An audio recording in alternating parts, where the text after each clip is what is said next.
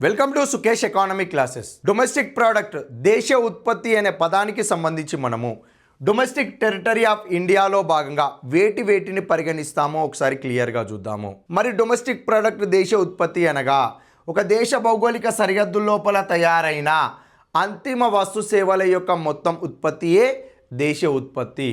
మరి దేశ భౌగోళిక సరిహద్దు లోపల అనంటే దేశ భౌగోళిక సరిహద్దు లోపల భూభాగంతో పాటు జలభాగంలో 200 నాటికల్ మైళ్ళ వరకు కూడా దేశ భౌగోళిక సరిహద్దులో భాగంగానే పరిగణించాలి. మరి ఈ 200 నాటికల్ మైళ్ళ జలభాగంలో ఉండే చెమురు నిల్వలు, మత్స్య సంపద, నౌకాశ్రయాలు, నౌకా కేంద్రాలన్నీ కూడా దేశ భూభాగంలో భాగంగానే పరిగణించాలి.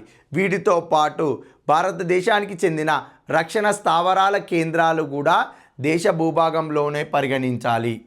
అదేవిధంగా మన దేశానికి సంబంధించిన రాయబారులు విదేశాలలో ఉంటారు కదా, ఆ విదేశాలలో ఉండే మన దేశ రాయబారుల కోసం కేటాయించిన స్థలము అనగా ఆ రాయబార కేంద్రాలయాలు ఎంత స్థలంలో ఉంటాయి అవన్నీ కూడా మన దేశ భూభాగంలో భాగంగానే పరిగణించాలి. మరి అదేవిధంగా మన దేశంలో కూడా విదేశీ రాయబారులు ఉంటారు. ఆ విదేశీ రాయబారుల కోసము మన దేశంలో కేటాయించిన రాయబార కేంద్రాలయాల యొక్క స్థలాలను మన దేశ భూభాగం నుంచి మినహాయించినప్పుడు లెక్కించేదే దేశ ఉత్పత్తిగా లెక్కిస్తాము.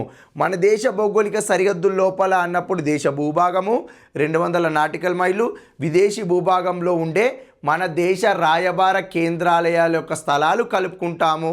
మన దేశంలో ఉండే విదేశీ రాయబార కేంద్రాలయ యొక్క స్థలాలను మినహాయిస్తాము. అప్పుడు మన దేశ భౌగోళిక సరిహద్దు లోపల అనే అంశము క్లారిటీ వస్తుంది. ఈ దేశ భౌగోళిక సరిహద్దు లోపల తయారైన అంతిమ వస్తు సేవల యొక్క మొత్తం ఉత్పత్తే దేశ ఉత్పత్తి. ఇందులో దేశస్తులుంటారు, విదేశస్తులుంటారు. దేశ ఉత్పత్తిలో దేశ భౌగోళిక సరిహద్దుకు మాత్రమే ప్రియారిటీ ఇవ్వడం జరుగుతుంది. Please subscribe Sukesh economy YouTube channel. Thank you.